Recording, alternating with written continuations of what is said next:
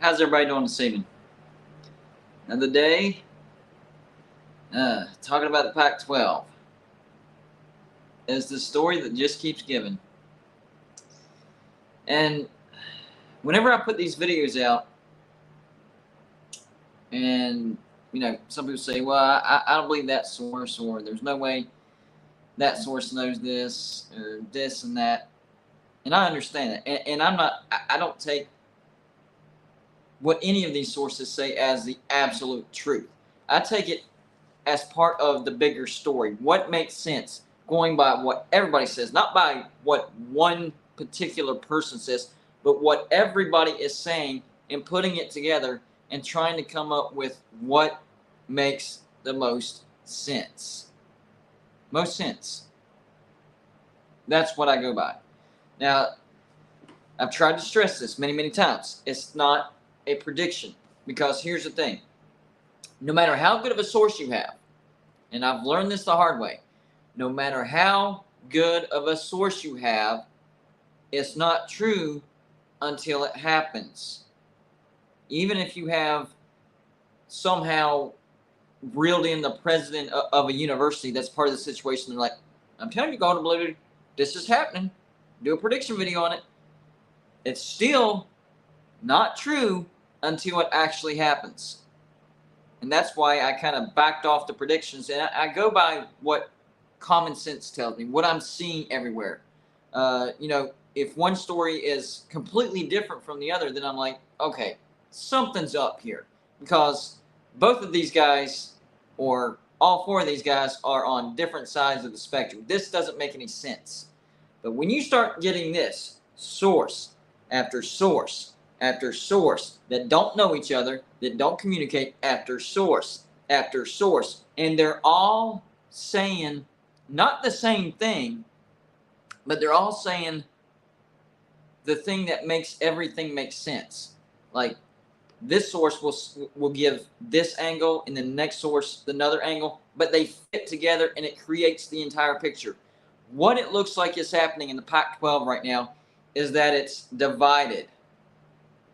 The first bad thing is that TV deal. The number that I keep hearing over and over and over is $22 million per team per year. That's the problem right there. That's the problem that is making Oregon and Washington think about going to the Big Ten with a reduced revenue share. That's the story that's making the Four Corner schools talk to the Big 12. That's the story that has kept the Pac-12 from expanding. That's the center of this story. The TV deal is the center of the story and how bad it is. $22 million per team per year. That is a solid that's a solid $10 million per team less than the Big 12. And then you hear all these other arguments. Well, if Utah, Colorado, Arizona, and so on and so forth, if they were to go over to the Big 12, that would make their reputation look bad, because the Big 12 is not a good academic conference. And you think all this negative publicity going on around the Pac-12 is giving them a good image? Yeah, I'm not buying that at all. If you're on a sinking ship, even if the conference that you're looking at isn't, the elitist like the conference you're in, that kind of goes out the window if you literally see it sinking. Now, maybe in the future, the Big 12 isn't the long-term answer for all these universities, but it's definitely a short-term answer. Maybe the ACC can rebound. I mean, the ACC is an academic conference, right? They're not looking great right now. Clemson, Florida State, they're talking about unequal revenue share. They're wanting to bulk. Well, these teams are already dealing with that in the Pac-12, so they don't want to fool with that. If the Big Ten doesn't want them, that's not an option. The SEC is definitely not an option right now. Right now, the Big 12 is the option. Now, for Oregon and Washington, they still have that option in the Big Ten, but not as a full revenue share member. What I'm hearing is that the Big Ten is willing to offer them an invite if they're willing to accept not only a reduced revenue share, but a 50% cut. We're talking around $40 million per team per year. which if you think about it, that's more than the Big 12, and it's way more than anything that they can make in the Pac-12, even with unequal revenue share. Even with unequal revenue share, 40 million blows that out of the water. Larry Pilgrim, thank you for the $2 donation, says, create a rumor and damage will follow.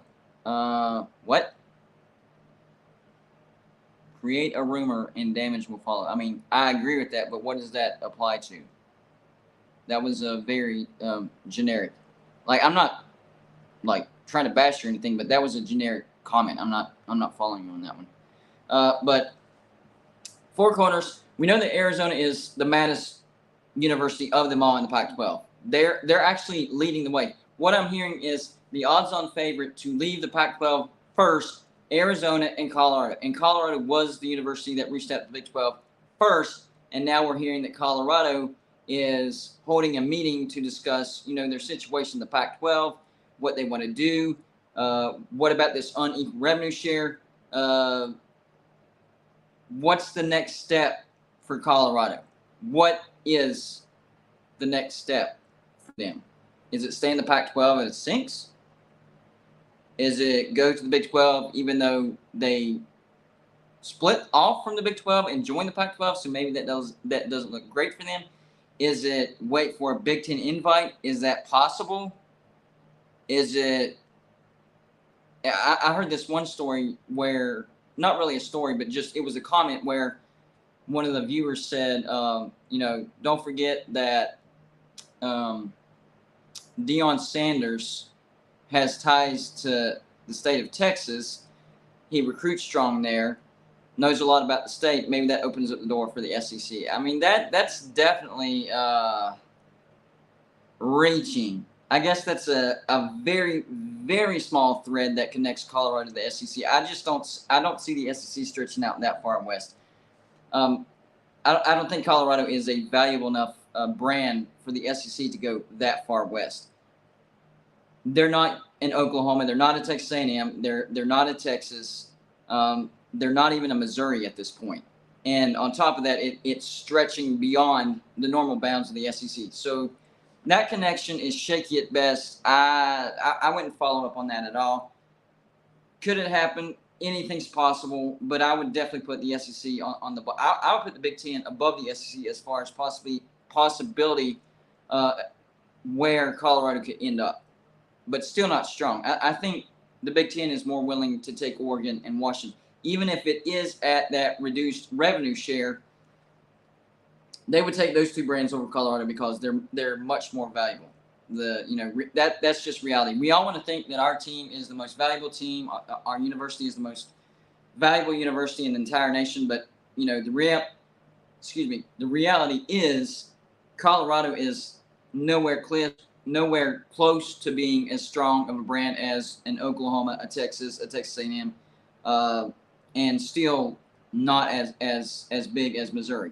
Now, they're not bad, but they're not, top tier. They would fit perfectly into the Big 12. Geographically, they fit into the Big 12. They would kind of bridge the core of the Big 12 over to the state of Utah because, remember, the Big 12 already has BYU. Yes, they're trying to grab Utah, but from what I heard about Utah's a little more hesitant about the Big 12 than Colorado, Arizona State. Utah's biggest stumbling block is a big one. It's what I'm hearing. It's one person, but that one person happens to be the president of the University of Utah. That's a big hurdle. If he says no, it's not going to happen. So somehow, some way, if everybody else that's affiliated with the University of Utah wants to go to the Big 12, they have to convince that man if Utah is going to go to the Big 12. So, do I think Utah could split and go to the Big 12? Yeah, absolutely. Anything's possible. But as far as all the teams, all the Four Corners teams involved, Utah is the farthest away as far as actually deciding to go to the Big 12. Hero 75, thank you for the $5 donation, says, if Oregon and Washington get $40 million from Big 10, would Cal and Stanford get even less, or would they get the same if they join the Big 10? That's an awesome question. I like that because one of the statements that I saw earlier, and like I said, MacGyver, he's a college football conspiracy theorist. So he's not really a source, but the stuff that he says is very, very entertaining. And one of the things that he said today was one of the schools that the Big 12 is discussing with, I'm assuming a Four Corners school, talked to two of the schools that are wanting unequal revenue share. Before I saw that statement, I thought there were only two schools that wanted unequal revenue share. If that is worded correctly, and that's two of the schools, and there's more schools, then Stanford and Cal do come into play. And I've actually made videos on how I think that Cal and Stanford could be right there with Oregon and Washington, because Cal and Stanford, even though they don't have good football brands, their academics are elite. They're the best of the best. You can't touch them. Like cream of the crop, top of the mountain, best of the best. And they would definitely add value when it comes to academics, research, because remember, whenever you're joining the Big Ten, you're not just joining a conference, you're joining a unit that shares all their resources. So all of a sudden, their resources become your resources, and your resources become their resources. And Stanford and Cal have amazing academic and research resources that would be particularly valuable to the Big Ten. Stanford and Cal would mean nothing to the ACC. Stanford and Cal, well, not nothing, but definitely less than what they would mean to the Big Ten. Stanford and Cal would definitely mean nothing to the SEC. And Stanford and Cal would mean a footprint in the state of California for the Big 12. That's it, nothing more. So as it relates to the Big Ten, Stanford and Cal does add particular value to that. So I like your question, and I do think that they would be offered a lower share than even $40 million. Could it be $30 million? If it's $30 million, that's still probably more than what they would get staying in the Pac-12. Basically, what the Big Ten wants to do with this, they have all the leverage. They have all the negotiating power. What the Big Ten needs to do, and I might actually do a video on this because it just popped in my head. What the Big Ten needs to do is they need to figure out the most money the Pac-12 can afford paying these brands as far as unequal revenue share. If it's, for Washington and Oregon, if it's $25 million, $27 million, then yes, $40 million, that's fine. They're worth $40 million. For Cal and Stanford, if they figure that the Pac-12 can afford to pay them the most $25 million in that range, you could probably get away with $30 million, because Stanford and Cal is not going to the Big 12, even though the Big 12 is making $31.5 million, and that's 1.5 more than $30 million. That's not an option. So the Big Ten has all the leverage, all the negotiating power, all the power whenever it comes to this situation. Good comment. I'm going to look into that, and I'll try to come up with numbers that make sense as it relates to that question. In fact, what I'm going to do here, and I do this in live shows sometimes when I see a super chat that I really like and use it for a video I did. Give me 1 second, buddy. There we go. Screenshot. We're good to go. Next super chat. Here we go. Calico Willie. Good to see you, buddy.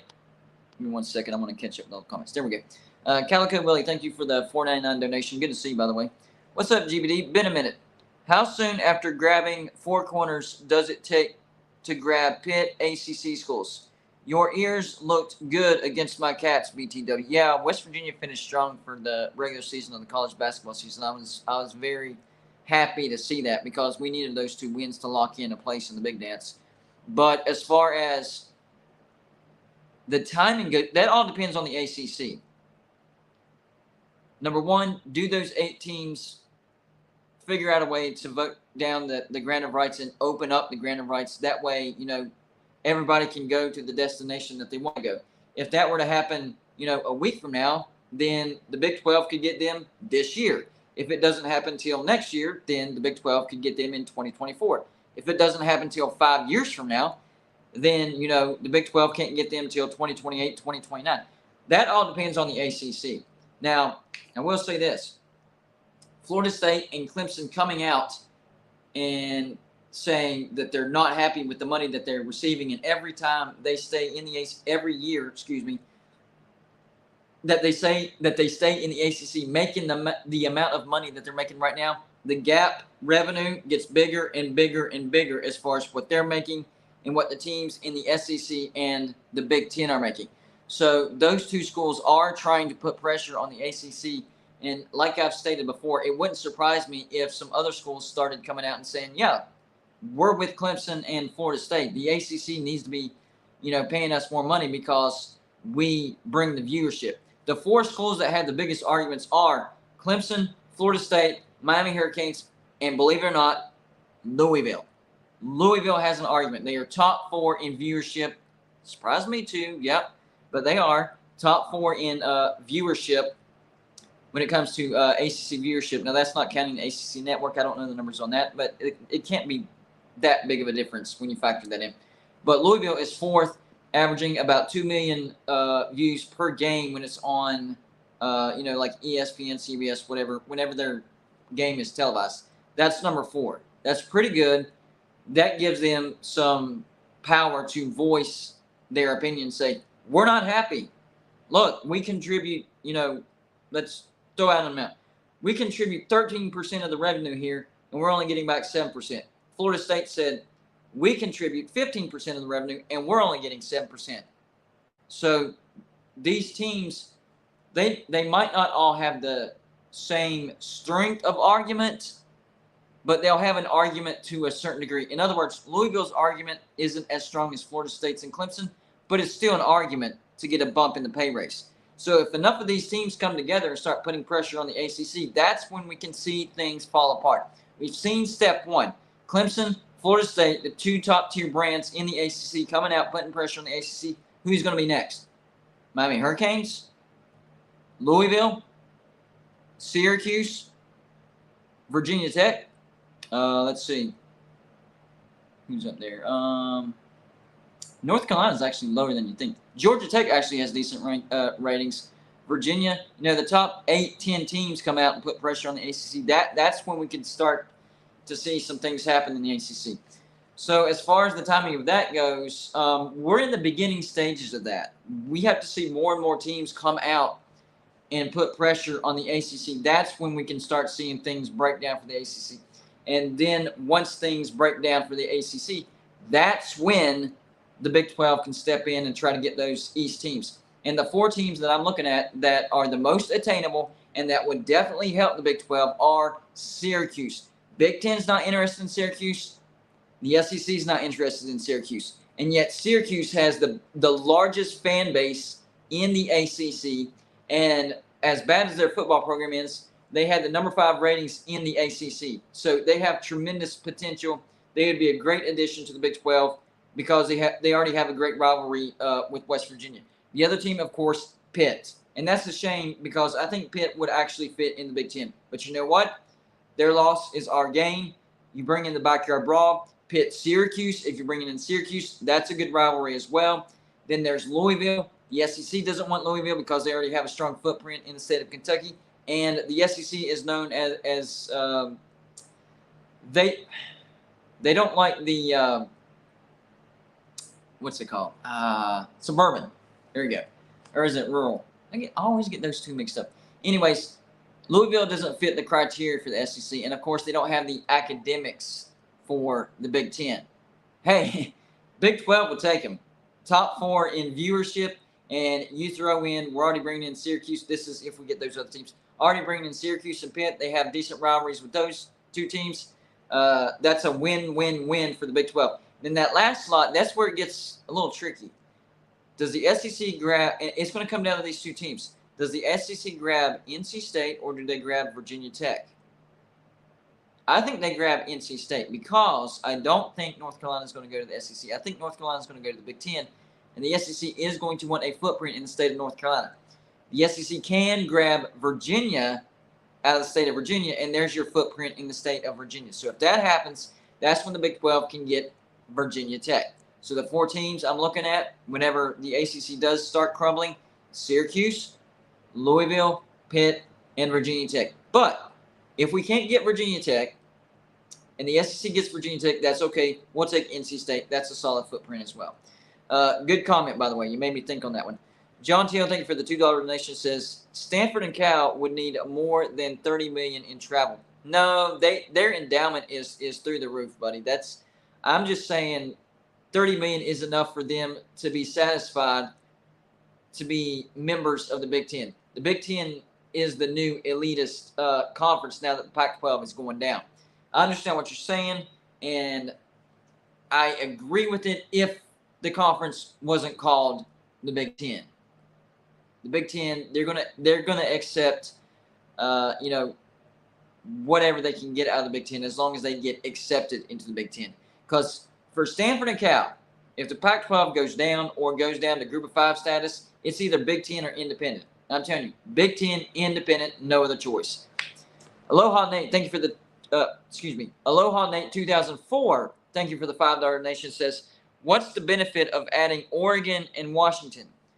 Why would current Big Ten members take less money and add more travel? Well, that's why they would take Oregon and Washington at a reduced revenue share. And the reduced revenue share isn't just reduced revenue share, it's 50%. We're talking like substantially lower. Think about this. It's like going to let's say you go to a flea market, right? And you see the crown jewels. You don't really need it. It's going to cost you a little bit of money, but if they're selling it for $30, you're going to buy it. I mean, if it's a great deal, you're going to take it. So this comes down to Oregon and Washington being okay with $40 million per year, which is not good compared to the rest of the Big Ten, but it's better than staying in the Pac-12 and getting $25 million at the most, maybe 27 if you're pushing it. And maybe eventually, these TV deals get really ridiculous, and Oregon and Washington maybe eventually become full share members. I don't know how they would work that out, but the bottom line is the Big Ten would take Oregon and Washington simply because it's a great deal. If you can pick up Oregon and Washington at $40 million a year, you're going to take it. And those teams do see the value of Oregon and Washington. You're basically locking down the West Coast. USC and UCLA locks down the LA market. You add in Oregon and Washington, you lock down the entire Western Seaboard. You got it. Nailed it. And if you can get that at a cheap price, you're going to take it. John Teal, thank you for the $5 donation. Says, if the Big 12 wants to break the PAC, then go for Washington State and Oregon State. I've actually talked about that just a little bit. Let's see. No need to press the four corners because where else would they go? It's very interesting. I don't know, though, because think about this. What if Oregon and Washington do go to the Big Ten, right? Yes, that hurts the Pac-12 in brand strength, but that is still more money for everybody else because that's two less pieces of the pie. Now, I don't know if that deal gets pulled. If that happens, that's assuming that the deal stays put when they leave. So, that's two less mouths to feed. And then, of course, depending on if they sign a grant of rights, that could be another exit fee and the grant of rights fee and all that stuff. I don't know. The other option could be staying in the Pac-12, depending on if they're okay with the money. So I wouldn't back off the four corners if I were the Big 12 if they're an option. Now, to your point, Washington State and Oregon State, I have heard that the Big 12 is talking to 6 members from the Pac-12, so everybody knows that they're talking to the four corners, right? So if it's 6, you would assume that it's Washington State and Oregon State because it's assumed that Oregon and Washington are heading off to the Big Ten, and there's really no chance for the Big 12 to get Stanford and Cal. So, yeah, it would be those 2. And I think there is value in Washington State and Oregon State in the Big 12. I know if you grab Arizona and Arizona State, you're technically getting the Pacific time zone because they don't have daylight savings time, which I didn't know that until this whole story started, exploding, and we started to have to talk about Arizona and Arizona State, and I thought that they were in the Mountain Time Zone. Turns out they're not really in any time zone because they just flat out don't do daylight savings time. So up until November, they're actually Pacific time zone, And then after that, up until the time changes again, they're in Mountain Time Zone. So by technicality, the Big 12 would be capturing the Pacific Time Zone by grabbing Arizona State and Arizona because they're Pacific time during the regular season up until November, which is most of the season when you think about it. I'm just scrolling through and make sure I didn't miss any other super chats because they were rolling in there for a second. I'll make sure I didn't miss anybody. All right, I think we're good. And get caught back up. There we go. The joy of having to do a live show on your phone because your laptop is broken and I still haven't heard anything from it, which the laptop wasn't great anyway, so I think I'm just going to buy a new laptop with just better everything because the laptop was slow and it was glitchy sometimes. I mean, it worked, but I need a better laptop, so I just might let that dog rest and buy a new one with my income tax. Larry Pilgrim, thank you for the $2 donation, says Arizona is one of the reasons for weak deal in the Pac-12. Arizona is one of the reasons for weak deal in the Pac-12. Really? I didn't know. Why is that? Why is Arizona one of the reasons for a weak deal in the Pac-12? Is it because of TV market? Is it because they've been a little bit down in football? Do they have a weak brand? Something like that. I actually think the reason the Pac-12 is getting a weak deal is because George Kliavkoff kind of messed up majorly, and was making some poor decisions or the lack thereof. Dennis M., thank you for the $5 donation, says, I know you keep saying the Big 12 has no chance of Cal and Stanford, but as the Pac-12 falls apart, where else will they go? Doubt the Big 10 will take them. Well, that's why I was saying earlier, if the Pac-12 falls apart, I'm being serious. This is just how it is. This is not me trash talking Cal and Stanford. This is not me, thumbing my nose or making fun of them. This is reality. Cal and Stanford think that they are too good for the Big 12. And if you look at academics, I guess technically by academic standards, they are. They would never, ever join the Big 12. Not happening. So if the Pac-12, there was no future, it was going to disband, ironclad, no way around it. Two options would be, number one, Big 10. Hey, Big 10, are you going to take us? Big 10, no, we can't. Sorry. We're full. We can't afford you. Okay, we're going independent. That's their two choices. Or third choice, and that's, get rid of their football program. Cal and Stanford, I'm telling you right now, I say this with 100% certainty, that Cal and Stanford would never, ever, ever, not even in an alternate reality, a parallel universe, they would never, ever join the Big 12. And those are the reasons. Cal and Stanford would never do that.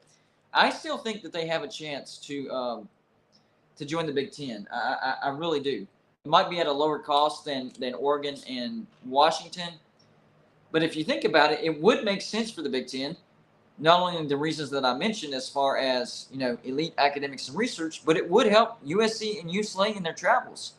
So if you can get them at a discount off of a dying Pac-12, why not? You get Oregon and Washington at $40 million per year, and then grab Cal and Stanford at, $30 million a year.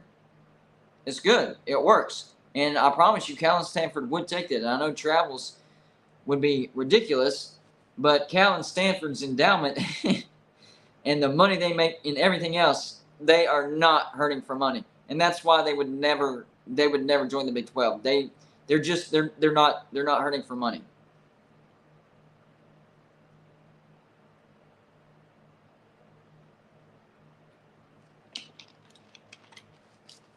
So the way I think this is going down right now is the Pac-12 is divided.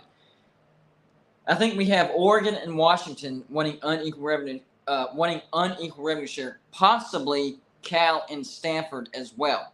Maybe Cal and Stanford, they also know that they would have a spot in the Big 10. Maybe not make quite as much money as Oregon and Washington, but still go to the Big 10, make more money than the Pac-12. So they're like, all right, we got some leverage. We want unequal revenue share. Definitely Oregon and Washington for sure. They want unequal revenue share. And then possibly Stanford and Cal. Then we have Arizona, Arizona State, Colorado, Utah, Oregon State, and Washington State who are against it. And rightfully so, because they would be the ones on the bottom half. They would be making less money than Oregon and Washington and possibly Stanford and Cal. So they're against it. So you have four, definitely two, possibly two more with Stanford and Cal for unequal revenue share, and then six on this other side that's against unequal revenue share. And like I said in the video that I made earlier, what does the Pac-12 do? Do they oblige Oregon and Washington? I mean, knowing that they're not going to be able to keep them for very long. From what I'm hearing, Oregon and Washington don't want to sign a grant of rights past 3 years anyways. So even if you do keep Oregon and Washington, 3 years at most, if you're lucky. So do they oblige Oregon and Washington, say, okay, you're the best brands, we want to keep you, even though it's only for 3 more years, as far as guaranteed, here you go, unequal revenue share. And then the four corners are like, all right, we told you, if you're going to do that, we're gone. We're gone. And possibly Oregon State and Washington State. So they basically sacrifice over half the conference to keep Oregon, Washington, Stanford, and Cal. But, maybe that's why the Pac-12 is interested in all these other teams. We already know they want San Diego State. They already want SMU, which I thought was questionable. But if you factor in what I just said, it makes a little bit more sense. Now we know that they're interested in Colorado State. Tony Altimore says a fourth mystery team. That could be Fresno State. So there's 4 teams. You keep Oregon, Washington, Stanford, and Cal. You see where I'm going with this? Those 4 stay. You're adding these 4. That's 8. And let's say you add some more academic institutions like Tulane, who's decent in football. Let's say Rice. That's 10 right there. Pac-12 is still at 10 members. You lose the 4 corners. You lose Oregon State and Washington State potentially. But you keep Oregon, Washington, Stanford, and Cal. And now you're backfilling just to keep the Pac-12 intact. So do they go in that direction? Because we're keeping our biggest brands, even though it's only for 3 more years. But then after the 3 years is up, what if those brands decide to go? And basically, the Pac-12 is 6 Mountain West members, and now you got to backfill again. I think that would actually be the bad decision. And I understand that Oregon and Washington are the most valuable, and they drive up the TV deal the most, more than anybody else. But you can't give them that much power. You're basically killing your conference by bending the knee to these 2 institutions, and then over half your league leaves because of it, because they're on the bottom half. They're not okay with that. And you backfill with a bunch of Mountain West teams who are okay with that, because even though they get less money, it's still way more than what they made in the Mountain West. So they're going to be okay with it. They're fine with that. So if you go in that direction, you could literally see the future of the Pac-12 basically being a backfield Mountain West with the label of the Pac-12. Maybe sprinkle in a few more AAC teams or Sun Belt teams. I don't know the academic situation with the Sun Belt teams. If there's some good academic teams in there, you can add a few in there. I don't know. But the other direction is you say, no. Sorry, Oregon. Sorry, Washington. We can't do that. We would lose over half of our, conference. So then Oregon and Washington are like, well, we're gone. They go to the Big Ten. Does that hurt the Pac-12? Absolutely, it hurts the Pac-12. But you're still in the situation to where you can add your San Diego State, you can add your Fresno State, you can add your Colorado State, your SMU, maybe Tulane and Rice. But you're left in a better situation because instead of over half your league leaving and stuck with Oregon and Washington, who are going to head to the Big Ten anyways, they leave, and you're left with the teams that chose the Pac-12. Your four corners, Oregon State, Washington State, they're here to stay now, and now you're backfilling. I think there's your future right there. I think that's how the Pac-12 survives. As much as it sucks and as much as Oregon and Washington drives this TV deal right now, if you want to survive Pac-12, don't bend the knee, because they're going to leave anyways. That last sentence is the most important part. They're going to leave anyways. Oregon and Washington, whether it's now for $40 million, whether it's 5 years from now, maybe a little bit more than that, 10 years, whatever the timeline is, eventually they're going to leave. So if this is truly the choice, you bend the knee, and all these other teams leave, and Oregon and Washington end up leaving anyways, and you end up with the backfield Mountain West, and the Pac-12 is basically a rebranded Mountain West, or you don't bend the knee, and the four corners stay, Oregon State, Washington State stay. Hey, even Stanford and Cal might stay in that situation. Maybe they believe in the future of the Pac-12, and you add some of these other teams like your San Diego State, your Fresno State, your Rice, your SMU, Tulane, maybe another university, and boom, you're looking at a 12-member, pretty good-looking Pac-12. And Oregon and Washington are happy. They're over in the Big Ten where they really want to be anyways. I think that's the right direction. If that's your two choices, then you have to take the choice of not bending the knee, because if Oregon and Washington signed a 10-year grant of rights, that's a different story. But what I'm hearing is they don't want to sign anything past 3 years. Even 10 years is not that long, but it's better than 3 years. That gives you some time to try to figure things out. 3 years is not a lot of time. They're going to leave in 3 years. 10 years is maybe enough to try to pull some strings and see if you can pull some magic out of the Big 12. Maybe pull a Kansas, maybe a Texas Tech, maybe an Oklahoma State. It gives you time to try to turn it around for the Pac-12. 3 years is not enough time to try to turn it around. 10 years is enough time. And, maybe they could get them to sign 10 years, and then you're looking at, okay, we are guaranteed to have Oregon and Washington for 10 more years. They sign these grant of rights. If they leave, it's a humongous buyout. Let's try to get some teams out of the Big 12. Let's try to get a Kansas. Let's try to get Texas Tech. What about an Oklahoma State? Kansas State, since we're bringing in Kansas anyways, it gives you options. So the ball is in the court of the Pac-12, but there is definitely a wrong decision, and the wrong decision is bending the knee to Oregon and Washington, because they're going to bolt anyways. Aloha Nate, 2004. Thank you for the $2 donation. It says, should Big Ten consider Kansas instead of PAC teams?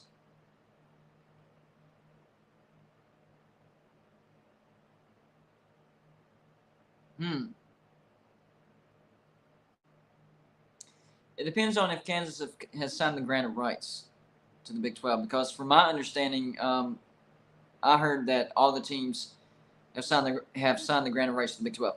If they haven't, yeah, it's definitely worth considering talking to Kansas. I'm not sure if they would be a better addition over Oregon and Washington. Maybe they would be in the same boat. Think about adding Kansas for a reduced revenue share, kind of like Oregon and Washington, $45 million a year. So I would put them in the same boat. Maybe not, more valuable, or we should look for them first, but I would put them in the category of, let's talk to Kansas while we're figuring out Oregon and Washington and see what shakes loose. But that depends on if Kansas has signed the grant of rights or not. Dennis M., thank you for the $5 donation, says, why not add flagship schools such as Nevada, Wyoming, New Mexico, Idaho, Hawaii, South Dakota to the Pac-12? The biggest answer to that, or the fastest answer to that, would be academics and research. Although I will say New Mexico is an interesting choice, because New Mexico actually does have good academics. I wouldn't say it would be a terrible idea for the Pac-12 to go after New Mexico. Who knows? New Mexico could be that fourth mystery team that we've been hearing about for the Pac-12. Nevada, I mean, not 100% sure about their academics, but I would be higher on Nevada than, say, Wyoming. Definitely higher than Idaho. Idaho's a no-go. Hawaii is tricky. I would probably say a no-go. South Dakota, also a no-go. So out of that list that you gave, I would be comfortable saying that the Pac-12 would be willing to go after Nevada and New Mexico. And who knows? Maybe they actually do. That's actually a good question right there, buddy. A2, thank you for the $4.99 donation. Says, what happens to the Big 12 when Texas Tech, Oklahoma State, TCU, West Virginia go to the SEC? Man, now you're talking about a dream scenario that I'm not sure is going to happen. But if that were to happen, they'd be in a world of trouble. I'll tell you that right now.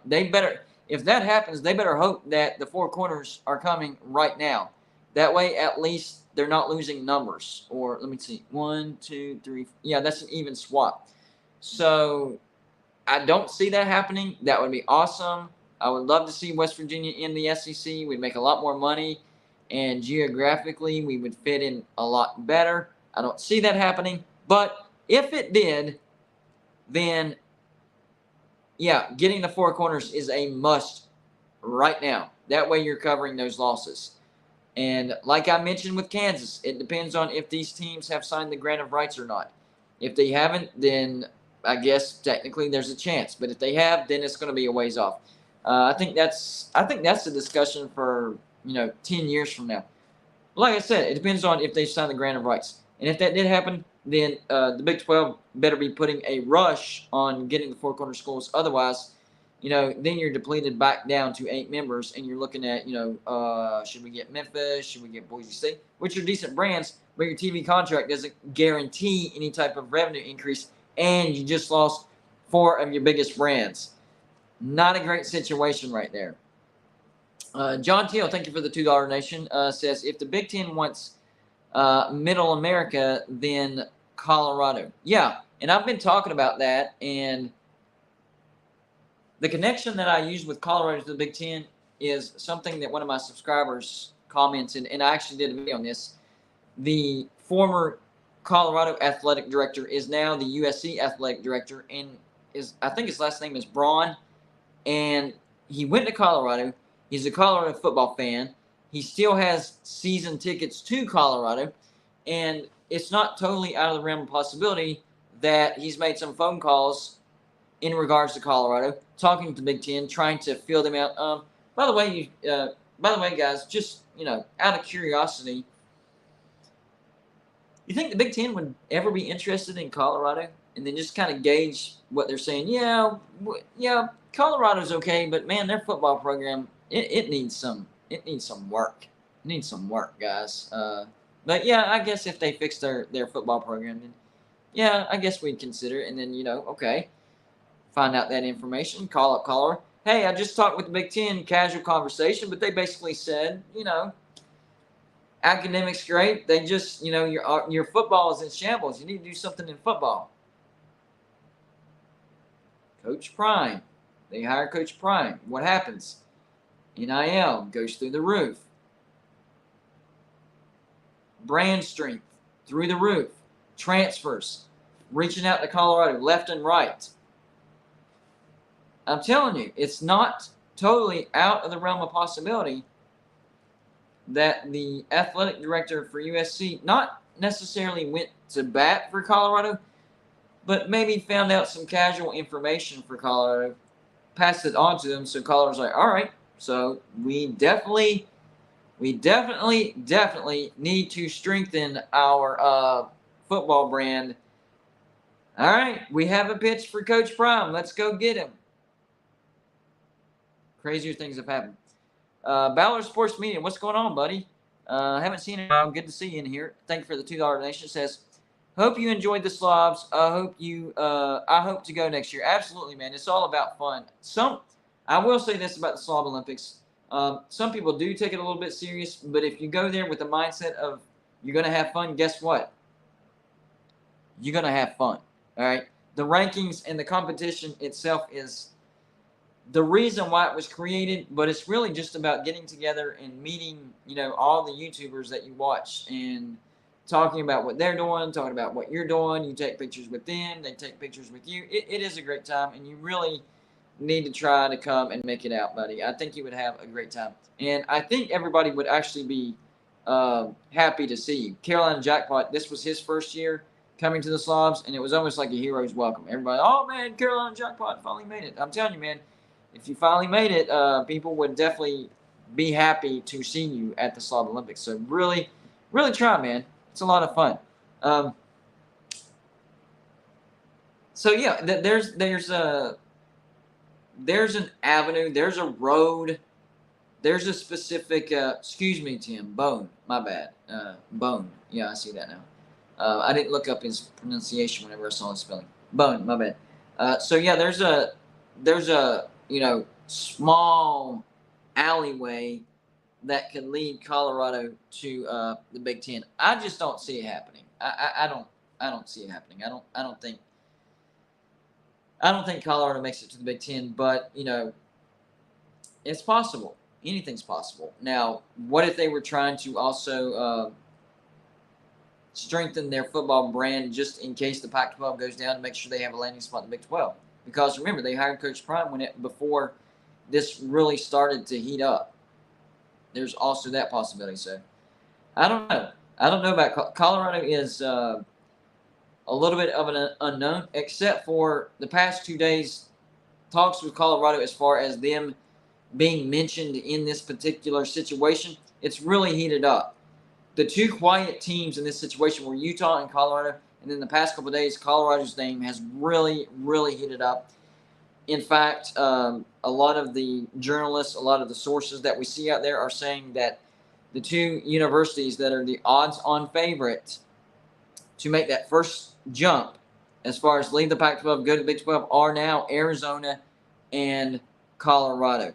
Now, I thought there was a state legislation in place in the state of Arizona that wherever Arizona goes, Arizona State would go, and vice versa. Like, they're tied together. So if that's the case, then you would have to slide Arizona State in there. It would be Arizona, Arizona State, and Colorado. Remember, you don't have to have an even number of teams now, because that rule where if you had 12 members, you had to have divisions to have a conference championship game. That rule is gone. That rule does not exist. So it is entirely possible that the Big 12 could bring in 3 teams, or 1 team, or 2 teams, or 4 teams, any of those teams, and not have divisions. I actually hope that the Big 12 stays away from divisions. I know we're going to be at 12 members once Oklahoma and Texas leave, and a lot of people are projecting the Big 12 to have divisions, and they've even done their mock divisions, north, south, east, west, whatever. I don't like that, because it might look even now, but what if in the future it turns out that most of the good teams are in the North Division, or most of the good teams are in the West Division? Stay away from divisions, because you can't predict the future. I mean, look at what's happened in the ACC. Basically, it's been the ACC Atlantic. That's it. I mean, Pitt won it a couple years ago, but that was because Clemson was on a down year. And now Florida State's getting strong again, so the Atlantic, if division still existed in the ACC, which they've done away with it, the Atlantic would have still dominated. So do away with divisions. If you want to do pods, that's fine. Just all I ask is that the top 2 teams make it to the conference championship. That's all I ask. That is all I ask. Sean Singleton, thank you for the $2 donation, says, Drew Pine is Arizona State seen his arm at Notre Dame. That's right. Has he been named the official starter at Arizona State? I know he transferred over there, and yeah, he did have a decent arm, but I didn't realize he went to Arizona State. Actually, I forgot about that. Has he been named the starting quarterback? And what's everybody's feeling on? I know Arizona State fans, they're kind of bummed right now because of the whole Herm Edwards thing, and Jaden Daniels kind of transferred out. No start at ASU yet. Okay, gotcha. Jaden Daniels transferred to LSU. Look at what he did to LSU. So Arizona State fans right now, they're not in a very good mood because of all that stuff. But I think they did pretty well in the transfer portal in the offseason this year. So who knows? Arizona State might have a decent team and might be able to get themselves back to a bowl and have a strong team. And let's say Arizona State goes with Arizona, Colorado, and Utah over to the Big 12, and they're very competitive in the Big 12, and they can, possibly compete for a Big 12 championship. You never know. You never know. Pepsi break, guys. My mouth is getting a little dry.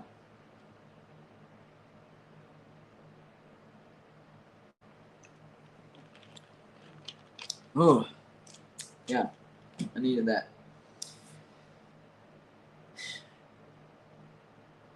I understand these teams that are asking for unequal revenue share, and I do sympathize with them. But there's a large majority of people that push back on that and say, no, unequal revenue share literally shows that your conference is dying and that you're just trying to keep those upper brands. And that's one thing that hurt the Big 12 at one point in time because of Texas and Oklahoma.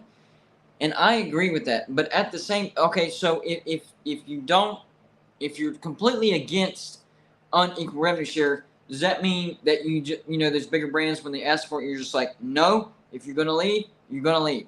That would be my only pushback to that. In the Pac-12, in the case of the Pac-12, that scenario, I would actually agree with that.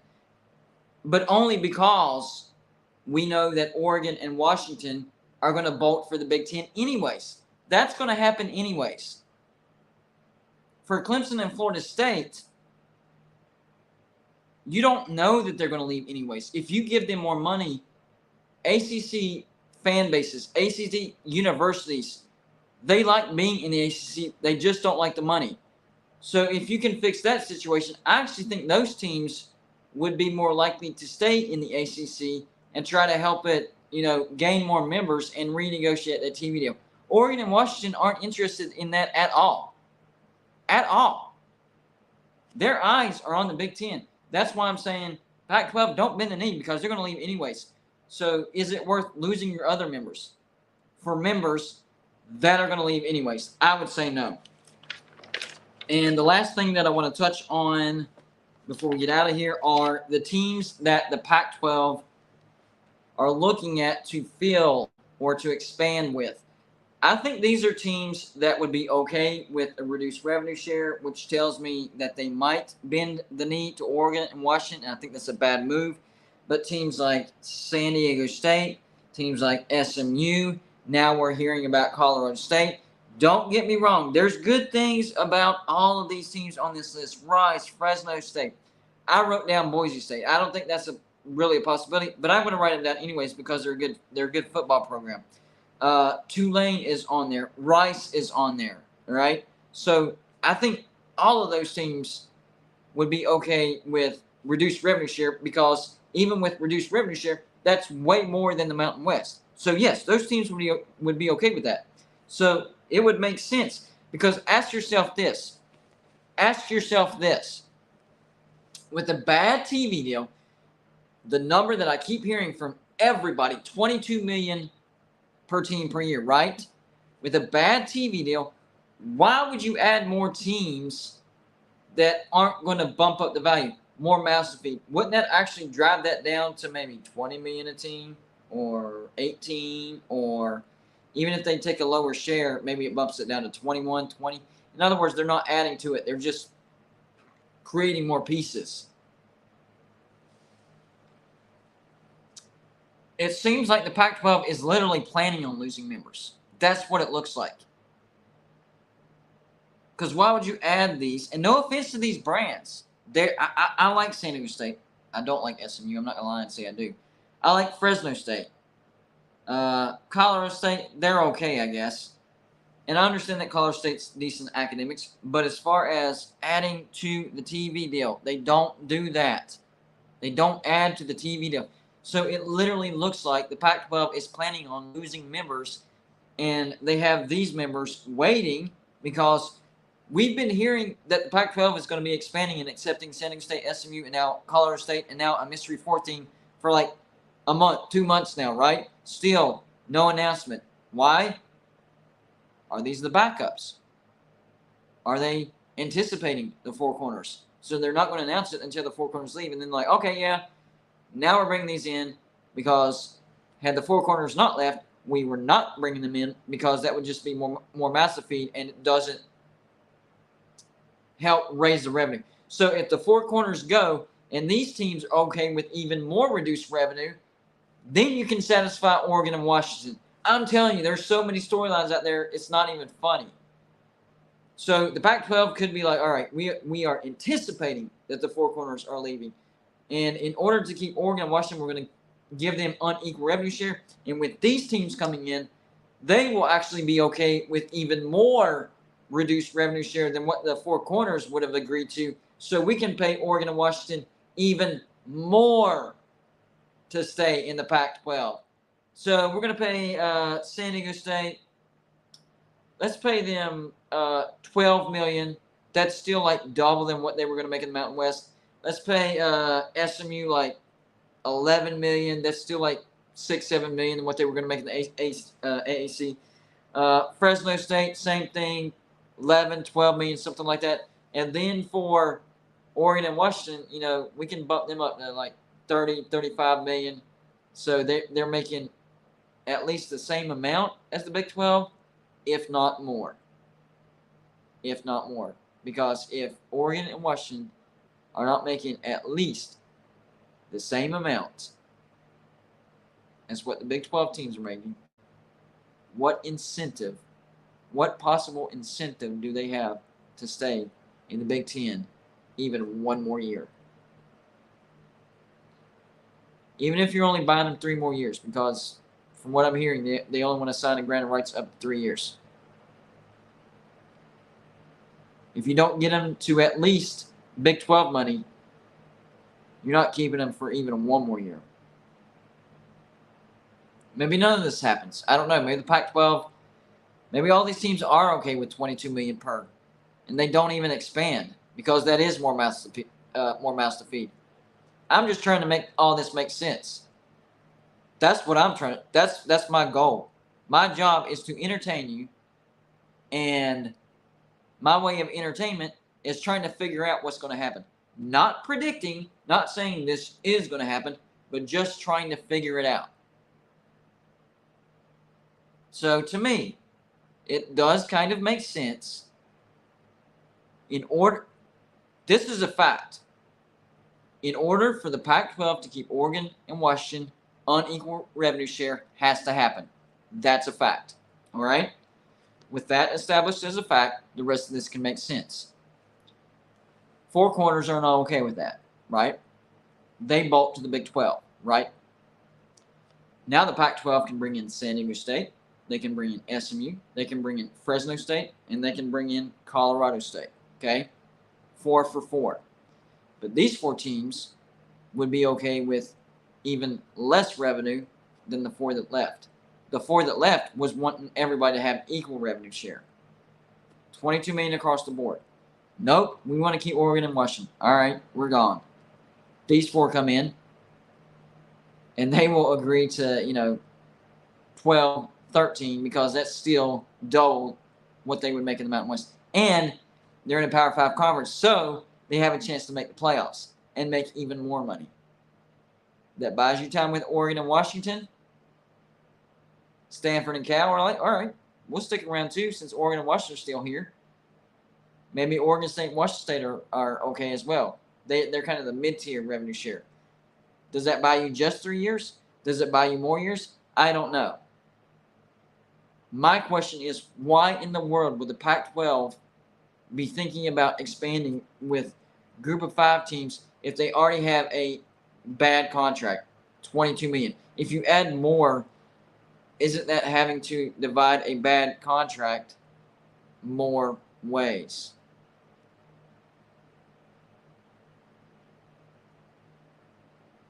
Trying to make it make sense. Trying to make sense. It's exhausting. I'm telling you, this Pac-12 thing is exhausting. Not just trying to figure out what's going to happen, but you got people on all kind of sides saying this, and they're all. Let me tell you something. It doesn't matter what side of the conversation they're on. They're all right. Everybody else is wrong. They're right. Doesn't matter who it is. Even if it's the people that's saying, no, the four corners going to the Big 12. They're right. Everybody's wrong. It's the guys that says, no, Oregon and Washington, they're headed to the Big 10. They're right. Everybody else is wrong. The guys that say, no, Oregon and Washington, they're staying in the Pac-12 forever. They're right. No, it doesn't matter what part of the argument these people are on. They are right 100%, and they're going to let you know that you're wrong. So you know what? All right, you think I'm wrong, you think I'm wrong. We'll see what happens, and that's what it comes down to. Anyways, as long as I've entertained you, that's what this is all about. We'll find out together what happens with the Pac-12. I think they're in some amount of trouble. I don't think they're going to dissolve in the next 5 years, but I do think that they will lose some members.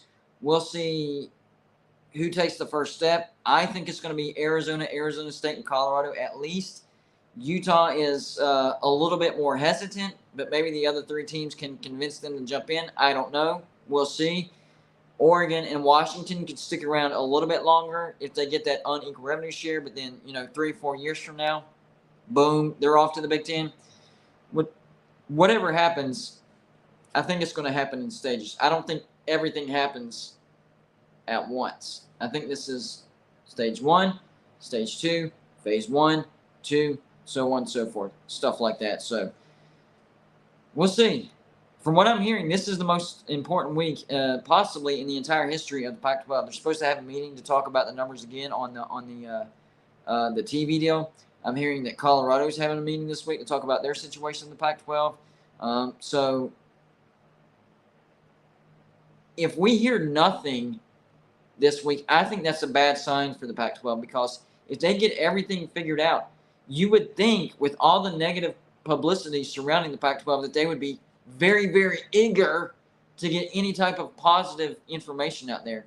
So to me, usually it's no news is good news, right? Well, in this situation, I would say no news is bad news. Larry Pilgrim, thank you for the $5 donation, says, source 22 million is the mail of ESPN. Conflict maybe. Read the obvious writing on the wall. Rumors lead to destruction and ruin. Be smart. No, rumors is what creates some type of entertainment. That's what this channel does. We're not doing any type of destruction here, man. That really disappoints me that you went in that direction. Like that, I understand trash talk, but that comment disappointed me, buddy. It really did. Nothing I say is bent on destruction or trying to ruin anything. And you know that. Like, dude, that I'm disappointed in that one, for real. But Pete the Mail wasn't the only person that I heard. That's why I keep saying I've heard it from multiple sources now, like Sports Illustrated, 247, 365, ESPN, CBS Sports, a bunch of different avenues. So, that's the number that I keep hearing. Man, dude, I'm surprised at that one. I really am. Excuse me. Kind of shocked, man. That's why I'm kind of lost for words. Anyways, I guess things can be surprising sometimes. Sometimes people hit you with the blind side. Is the best way I can put it. My gosh, dude, come on, you know better than that. Golly. Anyways. Yeah, thick skin. That's why I'm laughing. Hey, by the way, every time I do any type of reaction, the thick skin card, thick skin. So I guess anybody can say anything to me and I'm supposed to be like, I got thick skin. I don't react. Larry Pilgrim, thank you for the $5 donation, buddy. Says, the mail was my point. What are you talking about? They got it from the mail. Well, I thought, hold on. Maybe I misread your comment, because I guess the part that I got messed up was you said rumors lead to destruction and ruin. Be smart. So I thought you were talking to me like I'm creating rumors that lead to destruction, so you were telling me to be smart. Like, that's like the mail part. Understood. It was the last part of your comment that I thought you were directing towards me, like I'm creating rumors that are creating destruction and I need to be smart. I apologize if I misread that. I do, but I thought that's what the last part of the comment meant. So if you didn't mean that, then yes. Okay, he says the male was the one he was talking about. All right. Well, then I apologize to you because I misread that. My bad. My bad. Anyways, it's a live show, guys. Anything can happen. Anything can happen. Oh man. What I will say this. What I will say this. What I'm still glad that happened, Larry. Even though it was a miscommunication or a misunderstanding. The reason I'm glad that still happened is because I still had one of those people that immediately, when I reacted, said, thick skin, thick skin. Like every time, if I react in any way, oh, go to Blue Dude, you said you have thick skin, you're reacting, that means you don't have thick skin.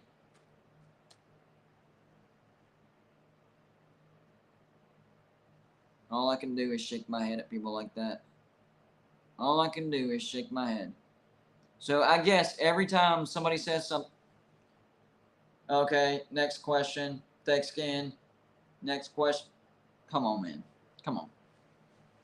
Anyways, I got to get out of here, guys. I got the school thing I got to do in the morning. Gonna wake up early, be fresh, and not just that, but I want to be fresh to make good videos for you guys. That's the biggest thing. That's the biggest thing. I want to keep making out good, entertaining videos for everybody. So I got to have my sleep whenever I do that. But seriously, we had a great turnout. We've been doing really good with our live show. So I appreciate everybody.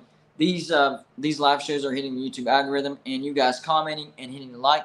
By the way, even if you're not watching it live and you're watching the replay, please hit the like button. Those really help these live shows hit the YouTube algorithm. So on your way out, guys, make sure to hit the like button, and it'll help the video even more as far as getting the replay suggested as well. Remember, these comments get the chat gets replayed as well, so the entire conversation gets replayed. And I actually like to go back and look at the situation as well. It's kind of funny to go back and be like, well, I was thinking that there, but this is really what was happening. And if you can't laugh at yourself, then you're going to have a tough time on YouTube, because other people will definitely laugh at you. So learn to laugh at yourself if you want to have a YouTube channel. But anyways, I'm out of here, guys. Great show, not because of me, but because of you. You guys keep it rolling, and we're well past 13,000 subscribers now. And for the off season, we had a great February, and we're starting off on fire for March. So we're having a great off season, and that's not normal for a college football YouTube channel. It's not. Usually the really good months are during the regular season, but we're having some good months in the off season. So I appreciate you guys. Thank you, guys. If you haven't heard the news, by the way, Golden Blue Dude is partnered with Mint Mobile. We have a sponsorship with them as well. So make sure to check those ads out on the videos, because even though I got paid to say that, they do have some great offers over there. It's really, really cheap, and the services is great. And everything I said is true in that. Like, my entire family switched over to Mint because it is that much cheaper, and you're not losing anything.